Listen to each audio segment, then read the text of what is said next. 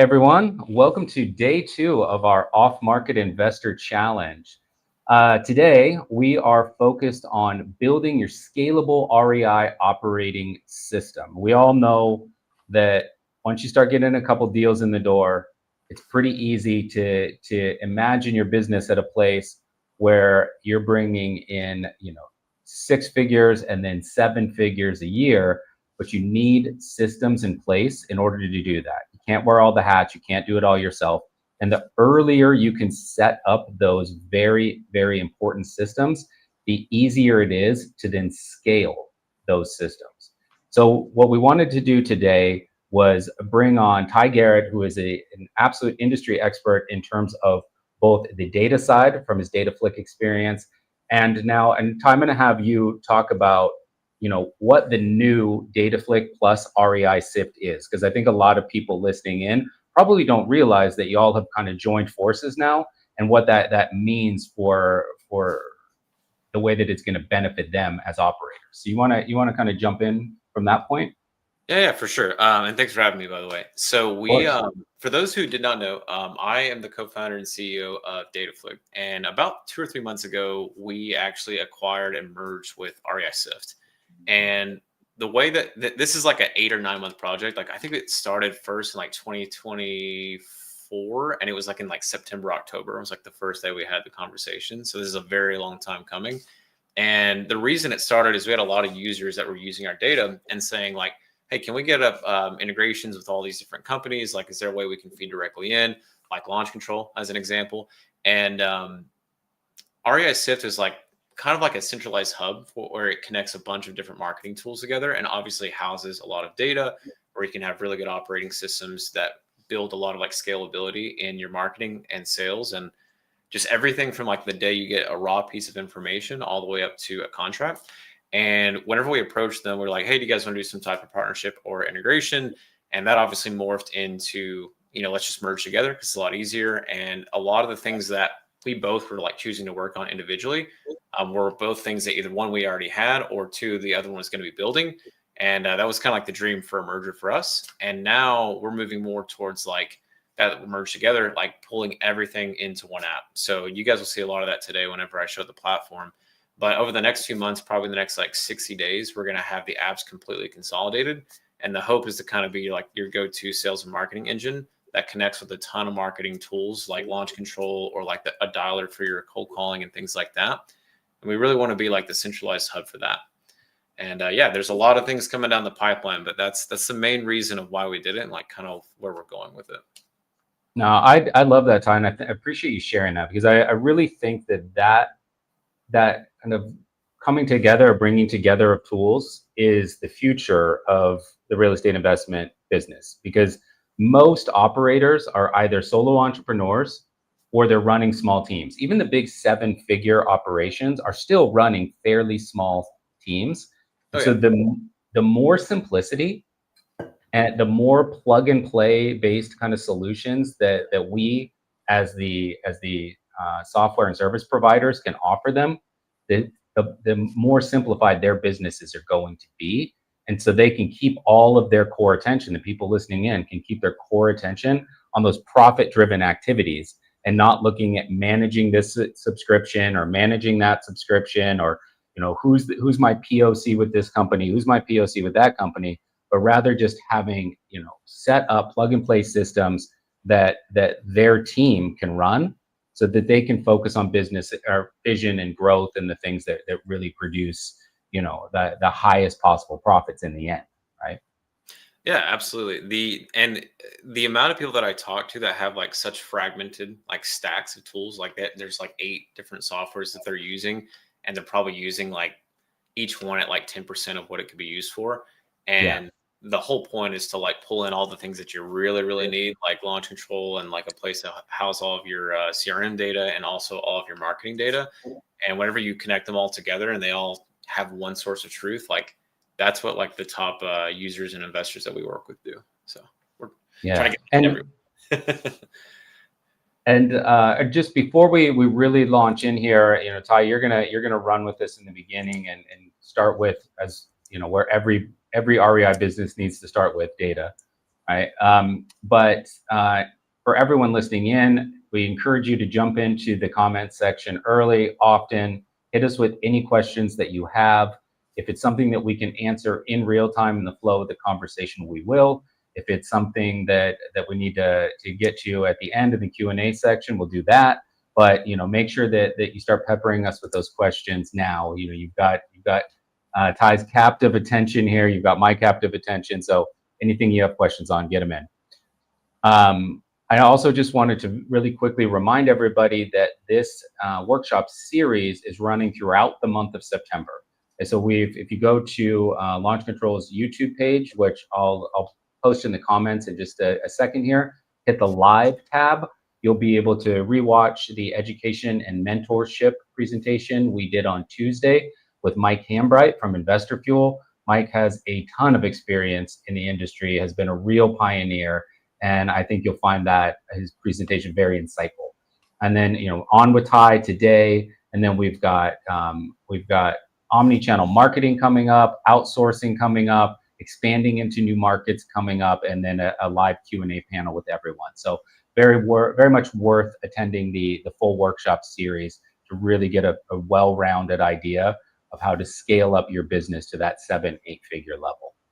All right, so Ty, what we're going to really kind of focus on today is data strategy and how that impacts ROAS for investors, getting into marketing, and not just versus marketing, but really integrated marketing, where we're seeing how the omni-channel marketing plays off of each other, and how to really extract the best possible results from the data, not from individual marketing channels, again, like butting heads, right? It's really how many deals can we get from any given data set.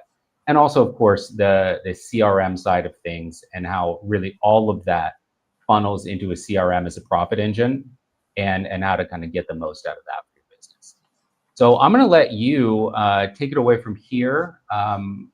We can start here with the pendulum theory. If you want to share your screen, you can pop that up, and then you'll have full control over the slides, however you want to run it. Yeah, I'll go ahead and just share my screen, because I'm going to jump between the slideshow and then also the app, and just kind of bounce between them, and then we can go from there. Sounds good. Cool. So the way that I always like to start all this kind of stuff is first is the pendulum theory. And what I mean by that is a lot of like what I see different like top investors doing, and really just like people that are very, very serious in investing, this is what they do. And this all started, I got started back in like 2017. And so I've seen kind of the full evolution of this. And the entire point of what happens in a lot of marketing channels now is you'll have people come in and they'll go really, really deep into one channel. And maybe it's direct mail, or maybe it's even like bulk texting like Launch Control does. And they will rely solely on that one channel. And that will usually be off of what a guru suggests or what a friend of theirs suggested. And I watched like the entire market like swing over into one different channel. And they put all their energy, their resources in that. And it works for a little bit. It works really, really well for a little bit. And probably about 3 to 6 months into a channel getting really, really hot, it gets very, very saturated. And then it tanks and falls off a cliff. And then everyone's like, man, like what happened? Like we were doing all these things. It was working fine. And then it's not. And the reason for that is what I call the pendulum theory. And it represents how a seller, or how a motivated seller in general, like prefers to be marketed to, and what they consume by the marketing channel. And that changes based off the level of saturation and what's really just going on in the market. And the whole point is like, this is a cyclical cycle that you must hedge your risk against. And the vast majority of people have no idea, or haven't even really considered like what I call sequential marketing, and bulk and like really taking and focusing on the cheapest marketing touch to the most expensive, and doing that in a very specific order. So you can see here on like this graphic, we always start with bulk texting first. And that would be with something like Launch Control. And the reason that you would do that is it's like anywhere from like 1 to 2, maybe 3 cents a touch, just depends. And once you've completely exhausted like marketing to that list on your first round, then you move to cold calling, where it's like maybe 3 to 6 cents per touch. And then once you've called through that, maybe 3 to 6 times on that individual record, then you move to direct mail, where it's like 50 to 75 cents.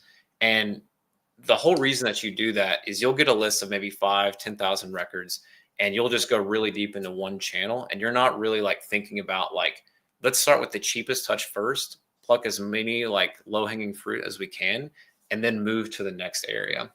And most people are not aware of this really at all, but they're definitely not tracking all of this in like one place, like the way that like our platform does with like record management. And that's kind of what I was like talking about earlier is like, whenever you start out, like a lot of people just download a list from like PropStream or Deal Machine or wherever, even us, and they'll just throw that to a cold calling platform, a VA, a dialer, or just like maybe it's even launch control, just like putting it in and then like bulk sending out messages to it, and they really have no idea like what actually like stems from that, and they're not tracking anything that goes on, and they're certainly not doing what we call as a pendulum theory. And that is like the backbone of everything that we believe in from a platform perspective, and also like what we see like our 1,000+ users like doing actively that works really well for them. And I'm very passionate about it. Michael, do you have anything like any questions about that, or are there any like comments about anything first?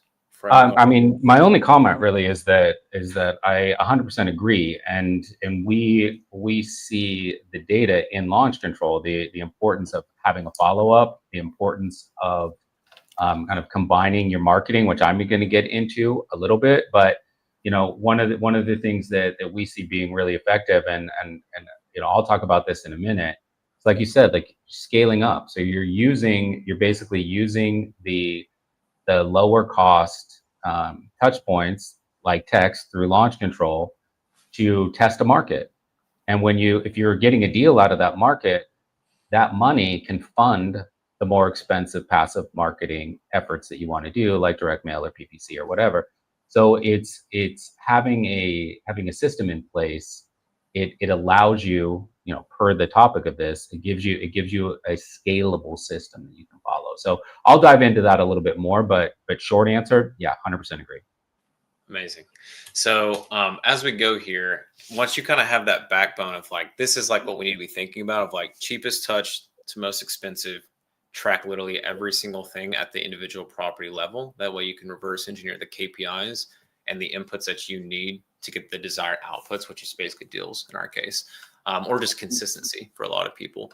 I think like most people on that are like looking to like learn how to do marketing or like scale up and just kind of everything in between, like they all like yearn for like consistency and like being able to do the same thing every month, and you're going to get the same amount of outputs back. And like that's the first starting point of that. And from there, once you understand that, this is when we get into data. So it's like, I'm going to talk about two different core data sets here. And the first one is going to be the first to market strategy. I always start with this because it's one of those that will always be evergreen, and it's going to work right. It works. It's worked for 5 years. It works today, and it's going to work for 5 more years plus. And first to market is the act of going to a county and pulling all the available data sets that you can from them directly, either online or in person, and then having a VA or yourself pull that into our record management system. And the reason that we want people to do this is there are always going to be data sets and just data in general that only the county will have access to, or it will be on a delayed cycle where companies like DataFlik or any other company like PropStream, Batch, any of them will not have access to for at least a 3 to maybe like 45-day process. It just totally depends. And the example that I always give is I actually took this screenshot like right before the call, but this is what my tax sale list looks like in Knox County whenever we're doing marketing. And you can see it looks absolutely ridiculous. And I actually have it right here too, but this is a 25-page PDF, and it is structured in a way where it has the tax ID, the property address, and the owner name. And there's about 900 people that are on this list. And to get this list in my market, and it's different at every county level and it's different at every state level, it's completely dependent on where you're at. But to get this specific list, you have to give your driver's license and sign an affidavit. And I had to physically go into the office and get that. From this 900, I assure you at least a third of them will have to sell their property in probably the next 12 months. And we need to do everything in our power to get this low hanging fruit and this best possible data.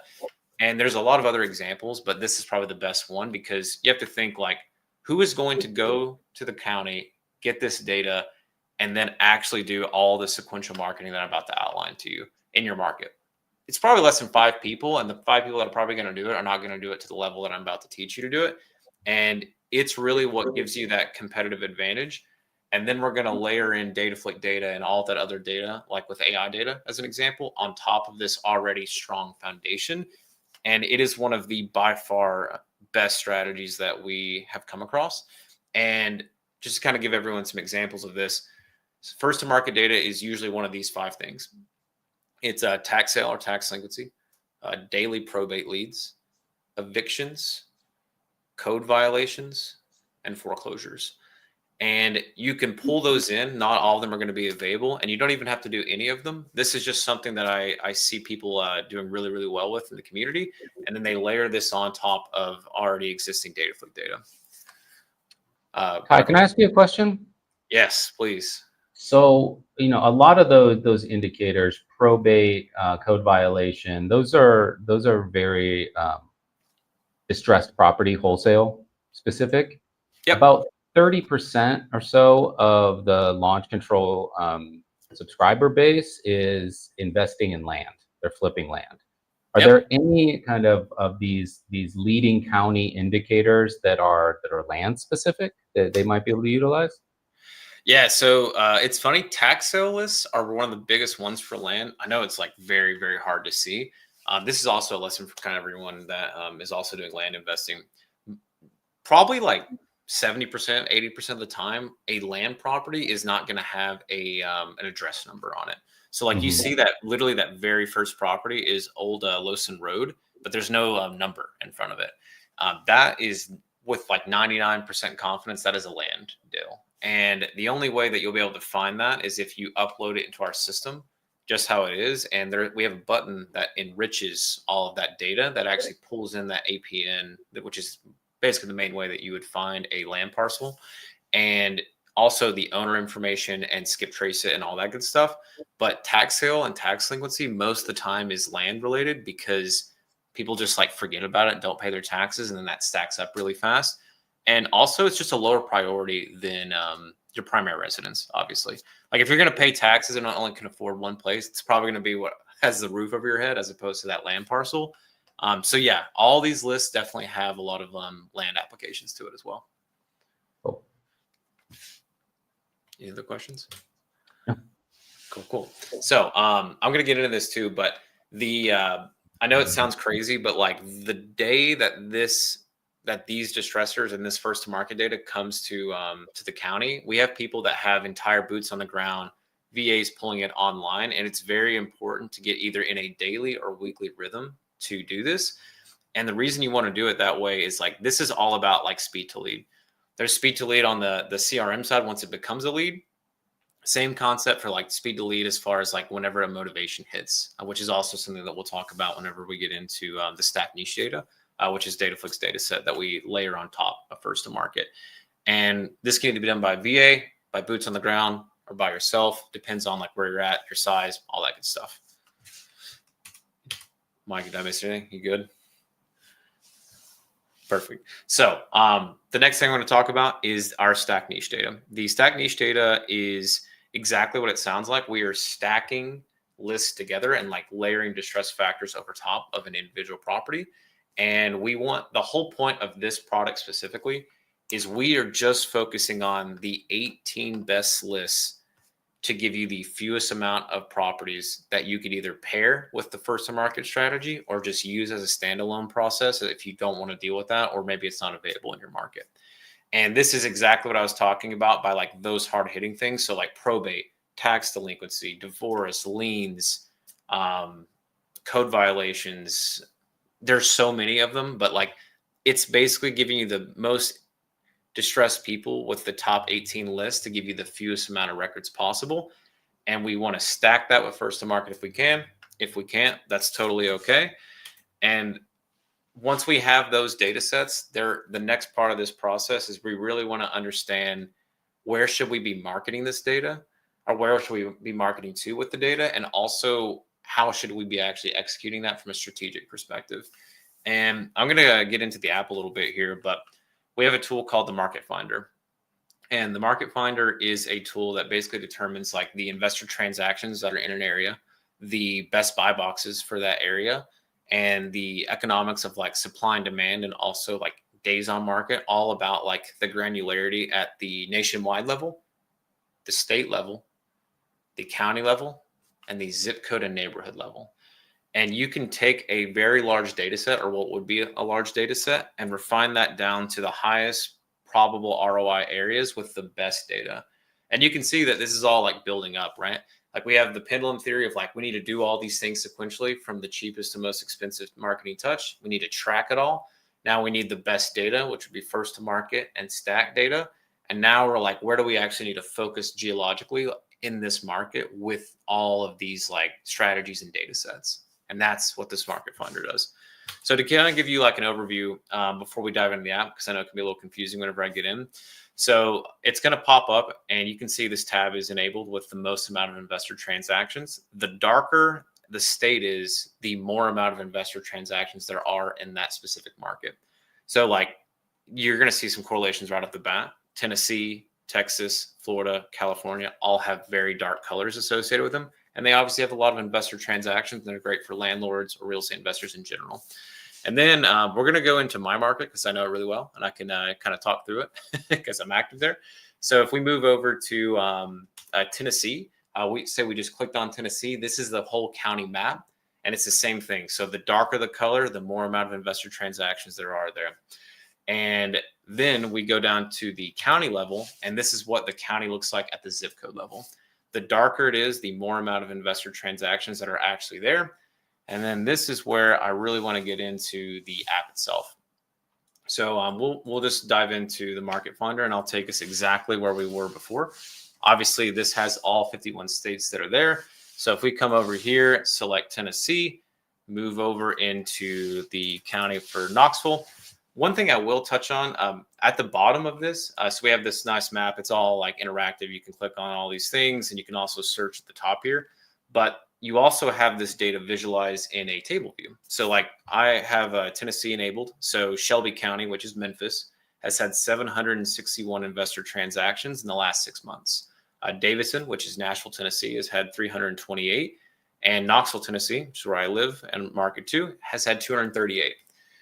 What's so crazy about this is most people have absolutely no idea the state of their market. Like, are there investor transactions going on there? Is this a good area to be in? What's like the supply and demand like, and all that good stuff. And it's really like the starting point for like, we need to be thinking strategically, pendulum theory. We need to have really good data and our market needs to be good. And if we're going to pick a market that's maybe not super hot with investor transactions, we have to pick the best areas within that and just make it work.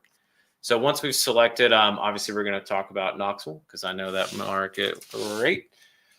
This is where things get really interesting because you can either choose to look at it at a zip code level or at a neighborhood level. Obviously, I have neighborhoods enabled, zip codes enabled here. And then we can toggle this to actually go into the neighborhoods. So if we want to like visualize this neighborhood here, which is Burlington, Knoxville, has had 9 investor transactions in the last 6 months. And that doesn't sound like a ton whenever you say it like that. But if you come in here, I'm just going to turn off the no comparison so you guys can see what it would look like, just like raw information. And I just turned on Burlington. And Burlington is this tiny, tiny, tiny little neighborhood. So in the last 6 months, this has had 9 investor transactions that are attached to it.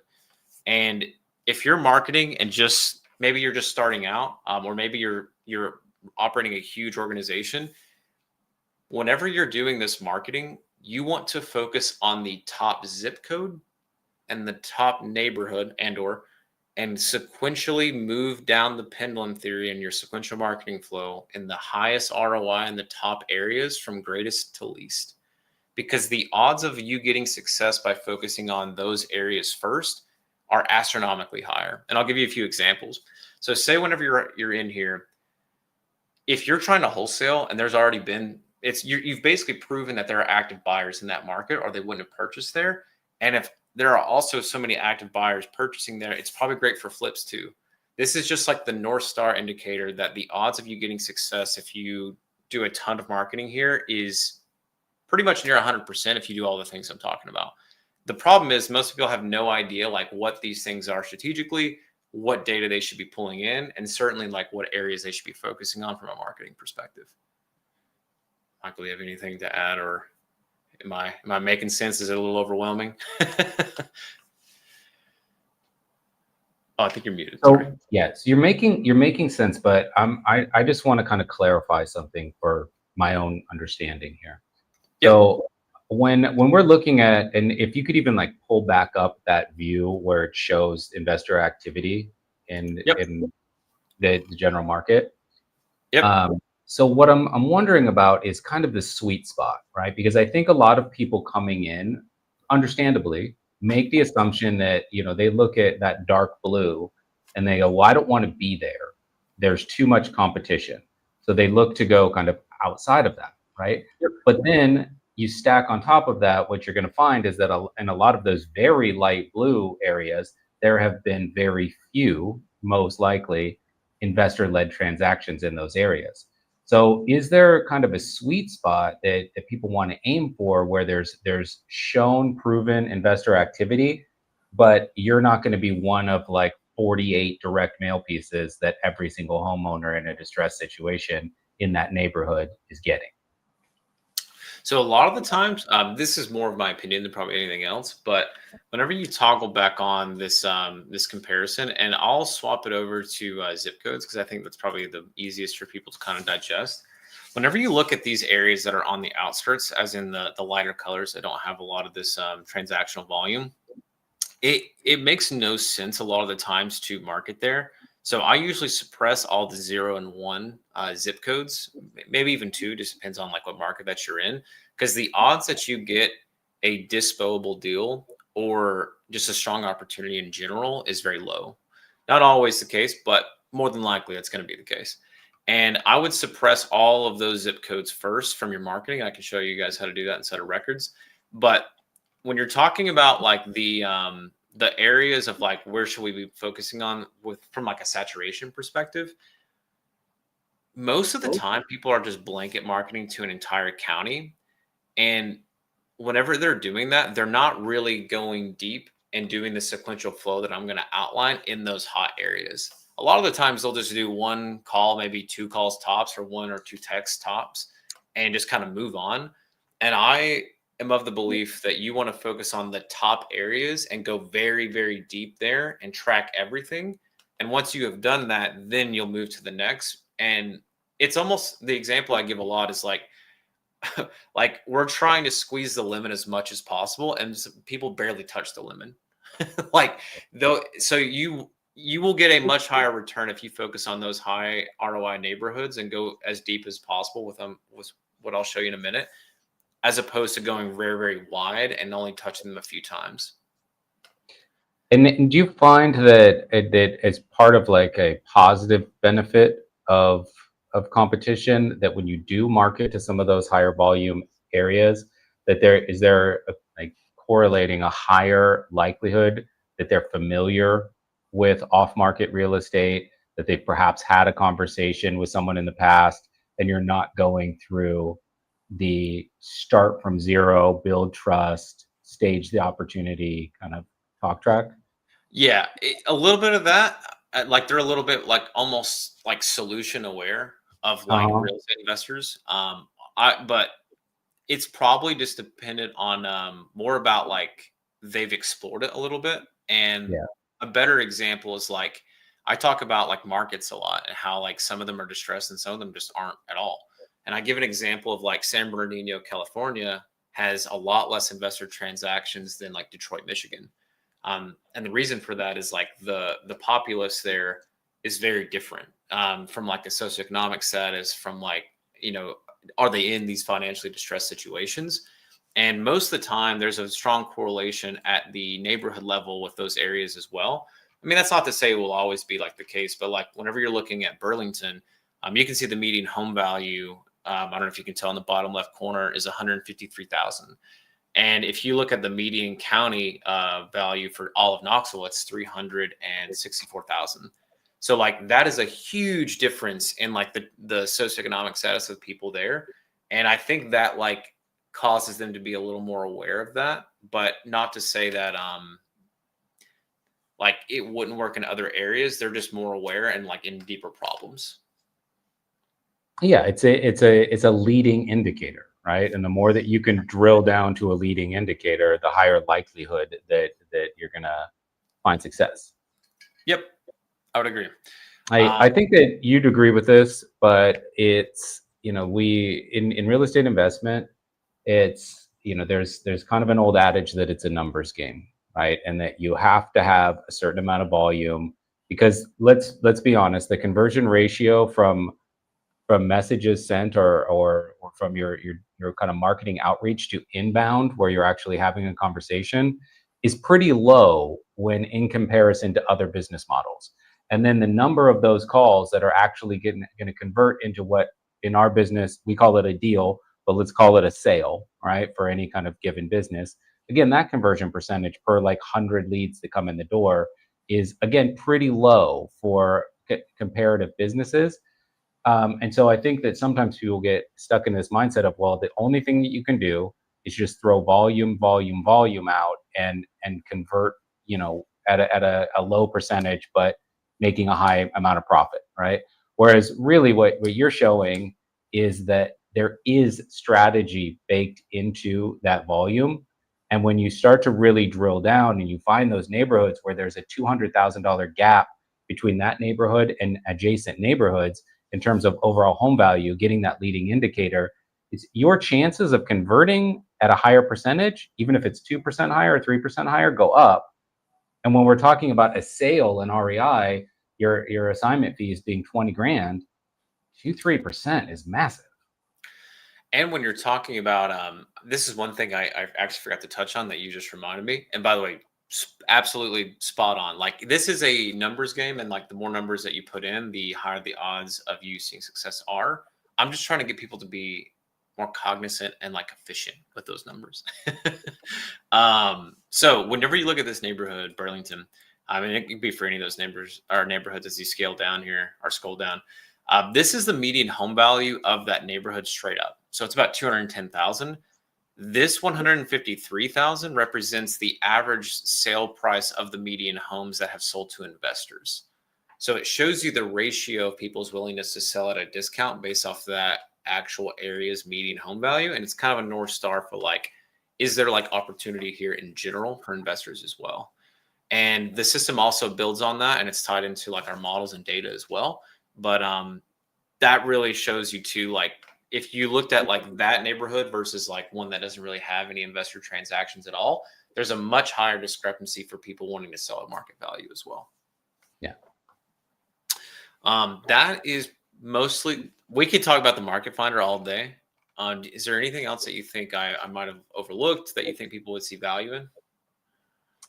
I don't, and not off of the top of my head, but I would love to hear some questions from anybody in the listening audience, and I'll just put this in here in case you're watching this as a replay.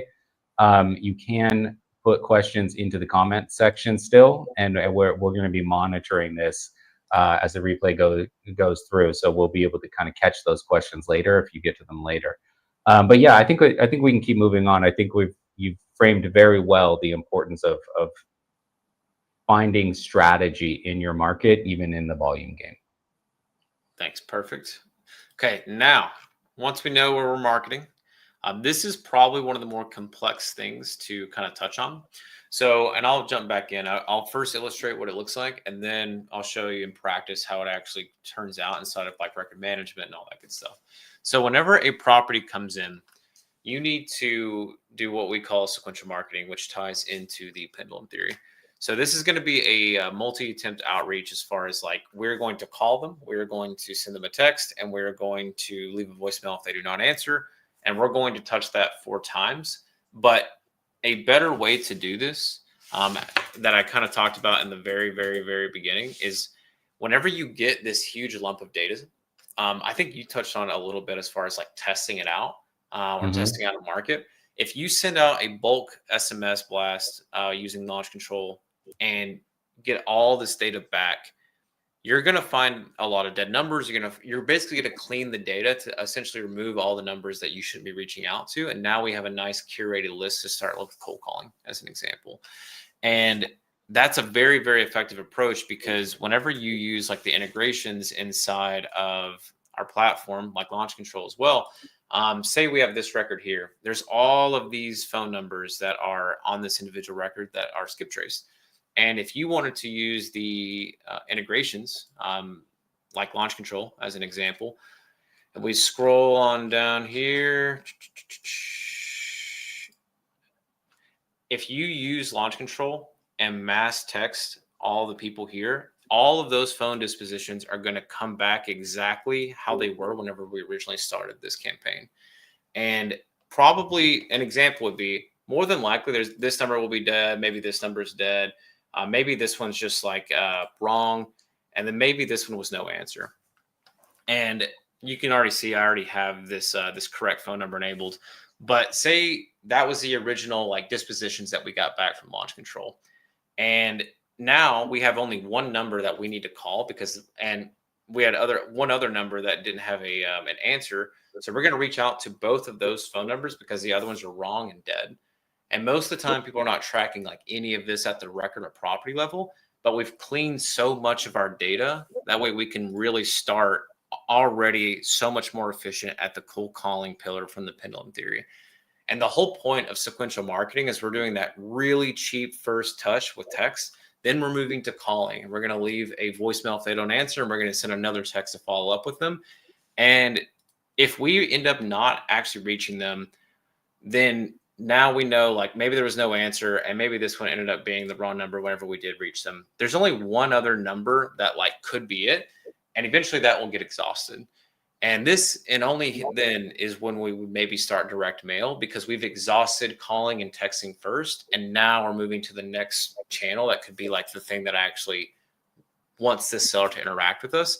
And if you don't approach it in that process, there's almost no chance to be efficient in your marketing, because if you just start with direct mail and send out like 3 or 4 pieces to this person and they don't end up answering and they wanted to respond through cold calling, you spent like probably 30 times the amount that you needed to on this individual record. And that's what drives up your costs and lowers your ROAS. And it's such an important and overlooked thing that you would only be able to do this if you had all of your marketing tools integrated and all of your records housed in one place that pulled all of this in. Am I overlooking anything, Michael?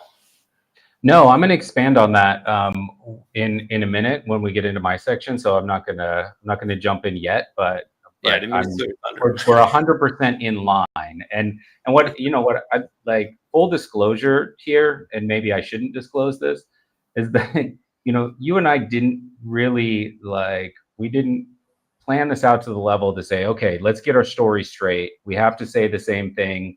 We have to have in-line talk tracks. We really wanted to bring you on as a subject matter expert to talk about data and data strategy.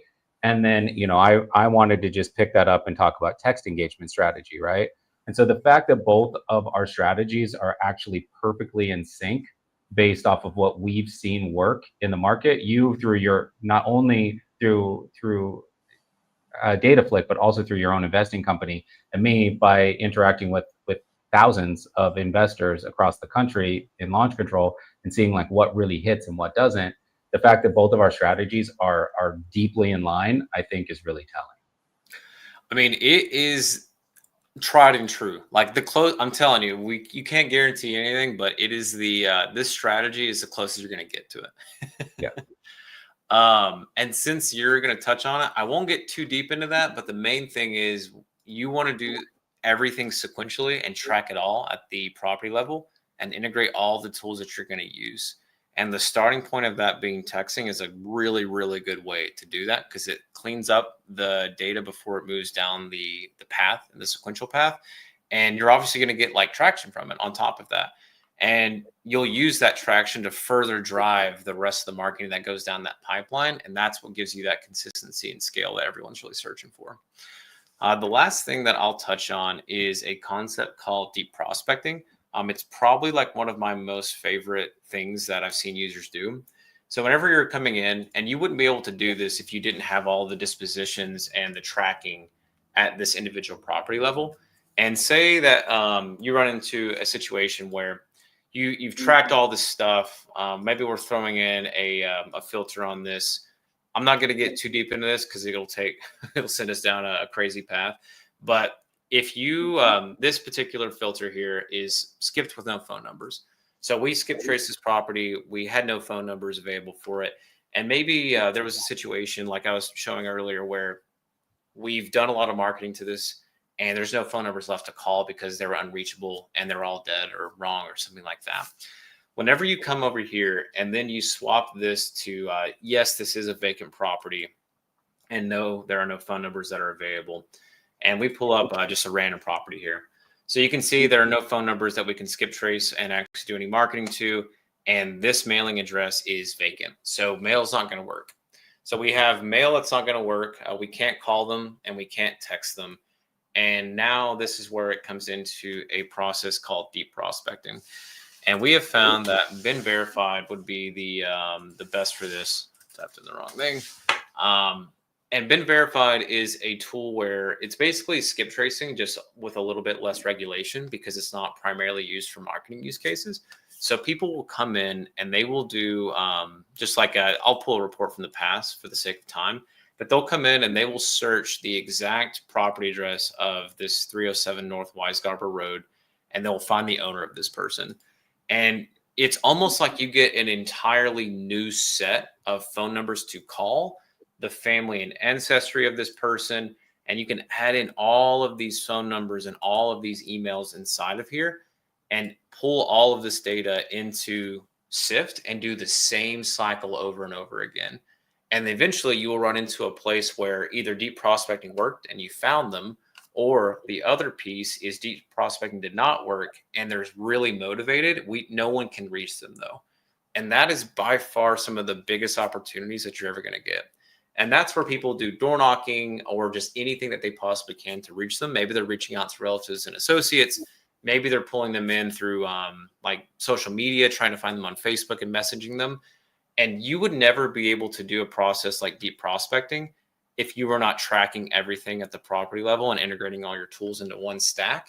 And this would be something that you would have VAs doing. You could also do it yourself. And imagine that you, coming back to the very beginning, you had this tax sale list and you couldn't find phone numbers, or maybe you exhausted those phone numbers and the mailing address is vacant. Doing deep prospecting to this list is some of the highest ROI activity that you could do. And most people have never even heard of that process. And it kills. And we have so many case studies of people doing it and it working really, really well. And I highly encourage people to try it on some of their really distressed data that they can't reach out to. Okay, perfect. Layers upon layers. I love it. That's what builds the consistency. Yep. And then that's pretty much all the stuff that I wanted to touch on. If you're looking for consistency in all this, you can either do a trial just to like test out maybe the market finder, or you can also schedule a demo here. Both of these are just QR code links. They'll take you straight to it. And I'm sure there'll be links in the chat as well. And with that, I pass the baton to you, Michael. Okay, sounds good. I'm going to go ahead and reshare my screen here. All right, so what you guys see on the screen, test strategy with text, active marketing pays for passive marketing. Going back to what I said about Ty and I being 100% aligned here, this is just our way of saying the pendulum marketing effect, right? It's different words, same exact concept. So I'm going to get into that a little bit, but what we want to kind of talk about, and the next thing I'm going to do in just a second here is skip over to the app so we can actually show you what this looks like in launch control and how you would implement it. But what we're looking for, what we've seen a lot of people do is use text as a way to test the effectiveness of a market, and then use the proceeds to open up their other marketing channels. So what they'll do is they'll send text messages out, also follow up with cold calling, right? So both active channels, both the cheapest pipelines that you have in marketing to try out new data sets and find out what comes back, what kind of conversations are coming back. Now, ideally, they'll land a deal out of that. get 20K in an assignment fee. That 20K now funds all of their marketing in the other neighborhoods that you pulled from that DataFlik data set, so that you can now go about the idea of taking of all available data in that market, however many leads it may be, let's say 15,000 leads. How many deals are in that market that I can extract from it, right? And you've now funded your ability to really pull as many as you can out of that market. And then you go through that process of really drilling down to the neighborhoods, texting, calling, finding out who you want to follow up with direct mail, who you want to potentially through your skipped data retarget on social ads. If you want to do any pay-per-click, those passive marketing forms that are more expensive, you're now building that multi-touch point system so that anything along the pendulum that hits, you've got it covered, and you've got it litmus tested by going through the cheaper active marketing first. So I'm saying spending pennies, not dollars, on your non-responders. When you send out a direct mail piece, including all of your collation fees and everything you're using with your mail house, you're looking at more or less $1 per mailer that you're sending out. So if you've got 1,500 non-responders, that's $1,500 spent on people that just didn't respond. It's a lot easier pill to swallow if you made a 20K assignment fee off of a deal that you got via text and cold calling first to road test that market, right? So it's just stacking your marketing strategy based off of actual inbound results, right? Does that track so far, Ty? That's so good. I've never even thought about testing a market using that, but it's the same thing of taking the market finder, maybe even like if you're like super balling on a budget, pull like the top 5, 10 zip codes and do exactly what you just said. And you'll probably get some traction. Yeah, absolutely. And what I want to show you when I skip into the app is that you've heard me say this in past workshops that we've done together, Ty, but one of the biggest deal killers in real estate investment is the versus mentality that people have with marketing channels. You'll see like not org charts, but like kind of like flow charts for companies where they're saying they have like different people that are running their text leads, different VAs running their direct mail leads, somebody else is running the PPC leads, and all the metrics are always like, well, which channel performed better? Instead of going up the funnel and saying, how can I use all of these channels in conjunction to extract the most possible deals from that data set of 15,000, right? It's not about which channel produces more. It's about which combinatory process you put into place to get the most deals possible for every set of data that comes across your company's system, right? So I'm going to show you, I'm going to skip over the app and just show you like a very simple way of combining, of kind of following the data strategy that you laid out, Ty, and then looking into combining into omni-channel kind of marketing, just to give people kind of get the creative juices flowing and get them thinking about their own systems and how they can do this. So we'll go ahead and skip over to the app. Share this tab. Okay, so this is the just the dashboard for launch for those of you who aren't familiar with it. I'm going to jump straight to templates, and templates are where your storehouse for your messaging. Right now, or actually, you know what? I'm going to switch that, and I'm going to go to campaigns first. Campaigns within Launch Control. This is how you organize your strategy. Right? You set your strategy in DataFlik, and you're looking at those maps that Ty showed you, where you're seeing where there's investor activity, you're seeing where home prices are lower in comparison to neighboring neighborhoods or adjacent neighborhoods. You're looking at all of those leading indicators that he laid out, and you're finding your core targets, your core neighborhoods that you want. Now, most people are texting area codes, not neighborhoods.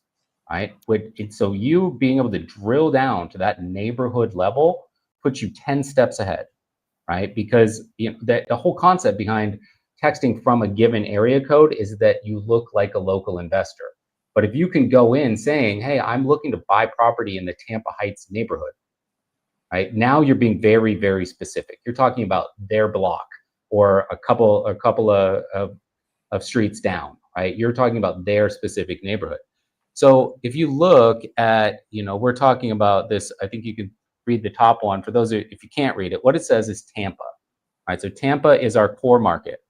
And then we've got a leading indicator, right? So in this case, we're looking at this neighborhood we've identified as being kind of a low distress, right? They're not deep into pre-foreclosure. It's not zombie properties. So this one, we might not be able to buy it at 40% or get a deep discount on this one, right? And we know it's in the Hyde Park neighborhood, which maybe trends a little bit nicer. So we're thinking that our exit strategy going in is probably going to be a novation. If we can flip it, great, easy. But we might want to put this into our novation bucket.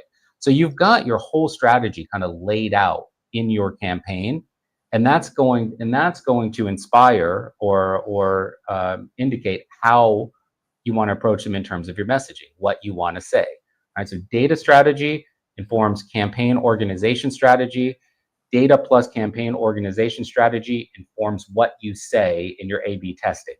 All right, so a couple other examples, just so you can see, like Tampa, out of state owner. There is water access to the property, but we're going to try to flip this one. Or Tampa, money worries. They've got liens or pre-foreclosure, something like that.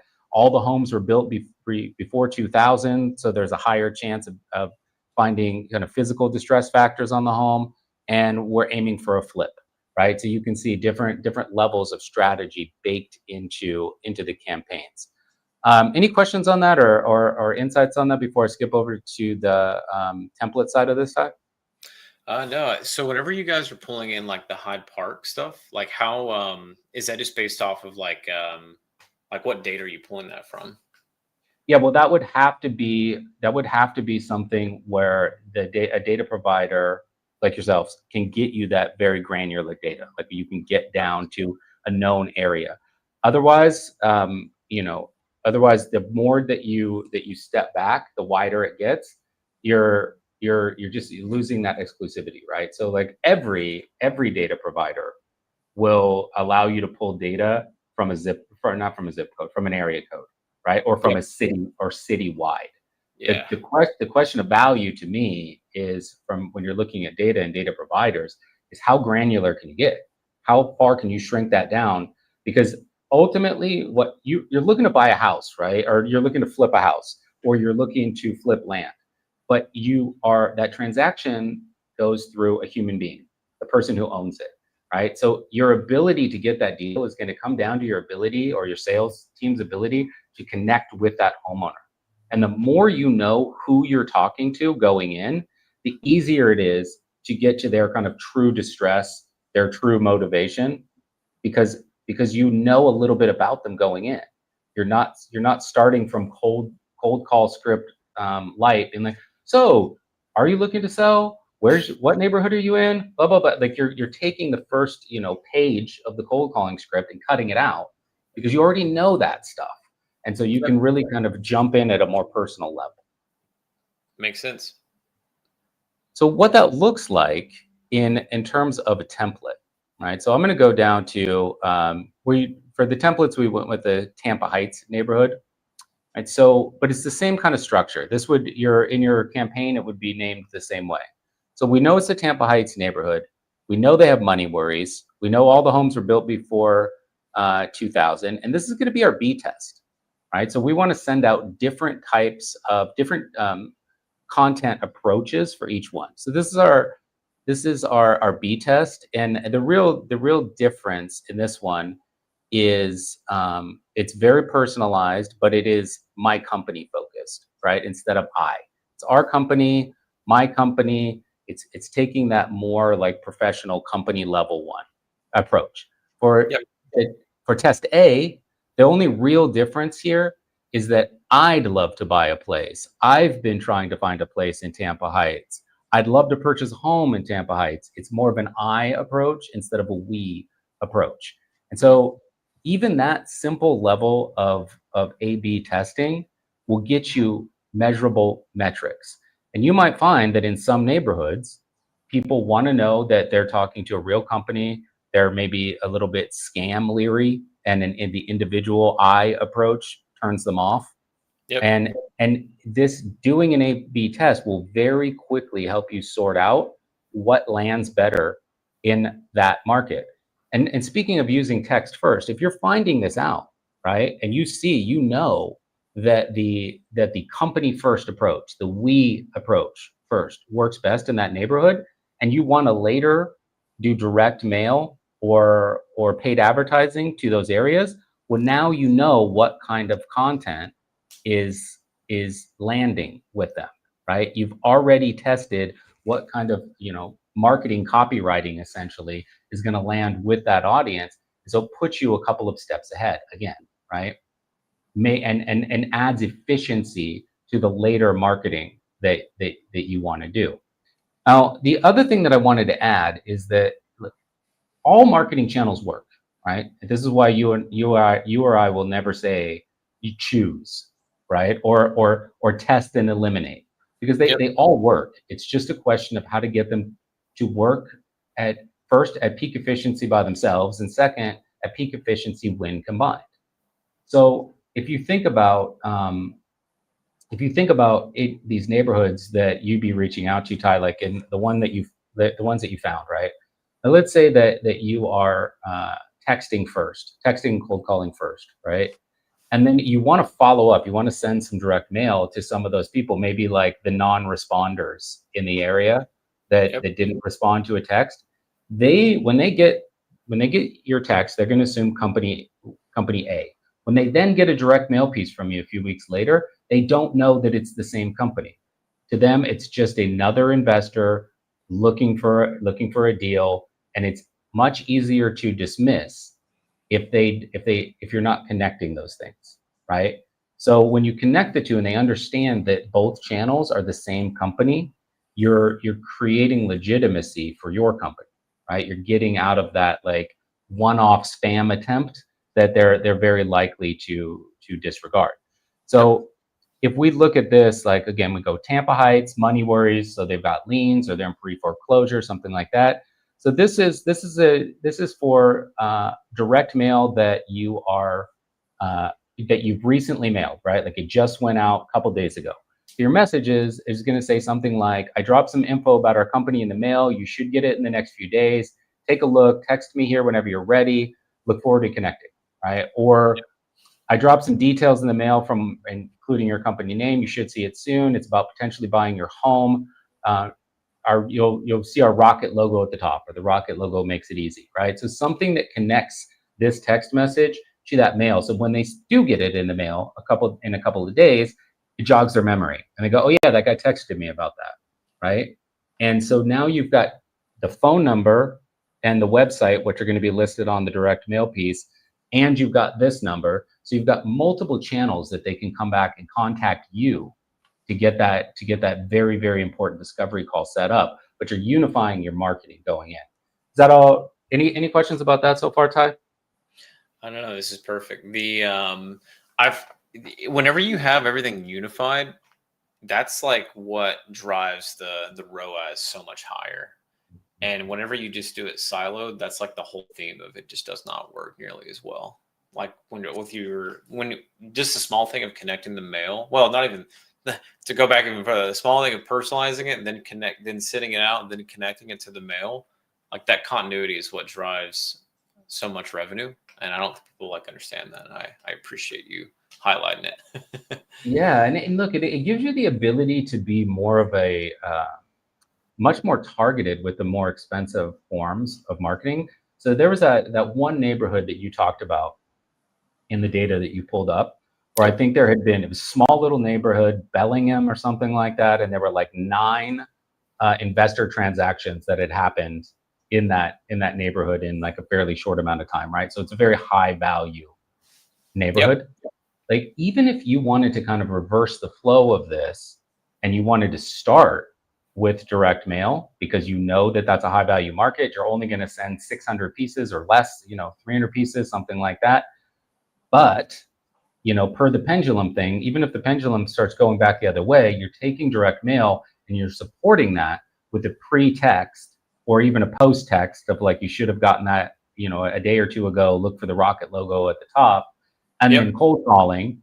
And so you're using that active marketing to back up the money spend that you had on the passive side.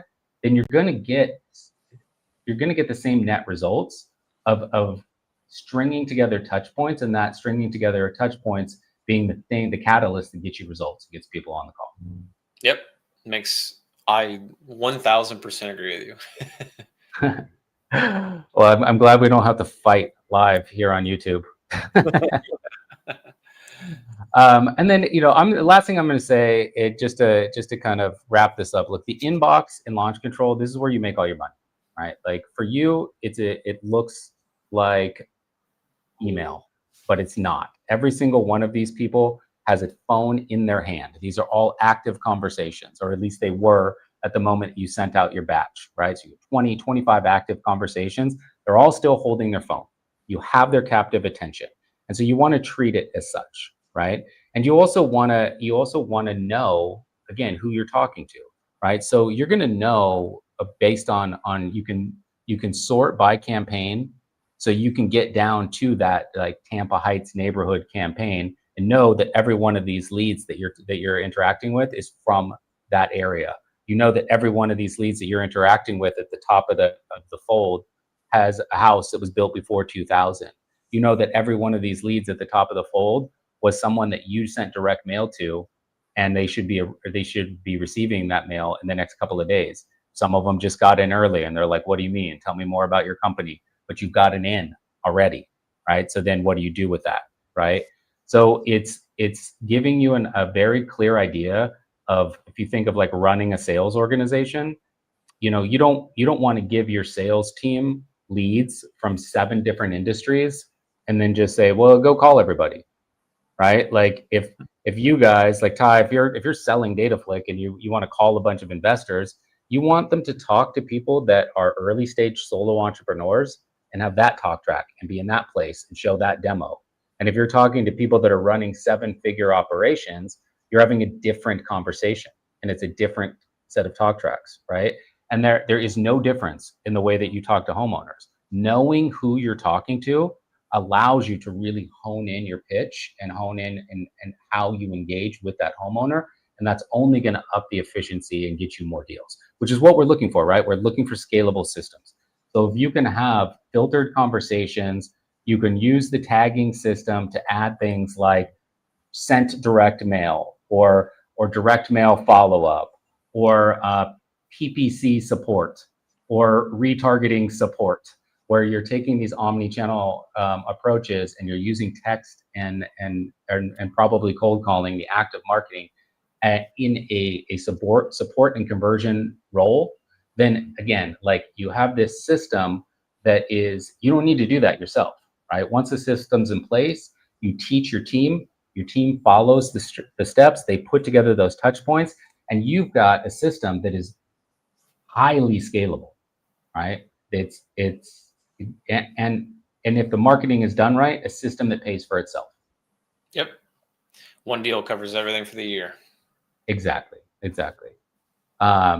So I'm going to skip back. We're going to wrap this up. I'm going to skip back here. If anybody is listening in and you're not currently with launch, you're watching the replay and you're not currently with launch, you can scan that QR code. And of course, we'll also put links in the show notes below for anybody who wants to join us.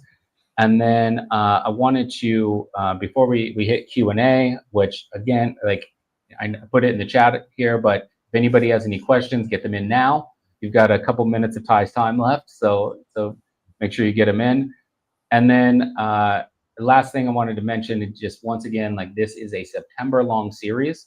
So today, we covered building scalable systems, got some really good information on how to utilize your data. And then we're going to get into more omni-channel marketing, outsourcing, and expanding into new markets in the upcoming sessions. Hi, anything else you wanted to add before we wrap this thing up?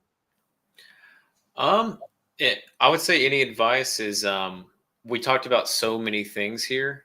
I think if at the very, very minimum, I know it could be super overwhelming, but just doing one thing consistently and sticking with it until it works is so important, because a lot of people will start this process, maybe even parts of this process of anything that you and I talked about, and they'll do it for a week and say it doesn't work. And a lot of the times, this is just consistency over a long period of time, and that's what's going to yield the results of what you're looking for. Yeah, and that the last thing that I would add to that, and I agree with that 1,000%, is the last thing I would say is lean on our teams. Right, your team is deeply educated in data and deeply educated in how to really hone in tailored strategies within any given market across the country. Right, so to skip that, to not take advantage of that resource is a miss. Take advantage of that resource and use your team as an education resource to really get really finely tuned with data. And with the launch control team, we have dedicated text marketing experts that we assign to every subscriber coming in. Those text marketing experts will really give you the same level of education, but on text marketing. The kind of stuff that I was showing you today that not everybody thinks of, they're there to teach you those sorts of things, to get really kind of granular and strategic with it. So take advantage of that education opportunity.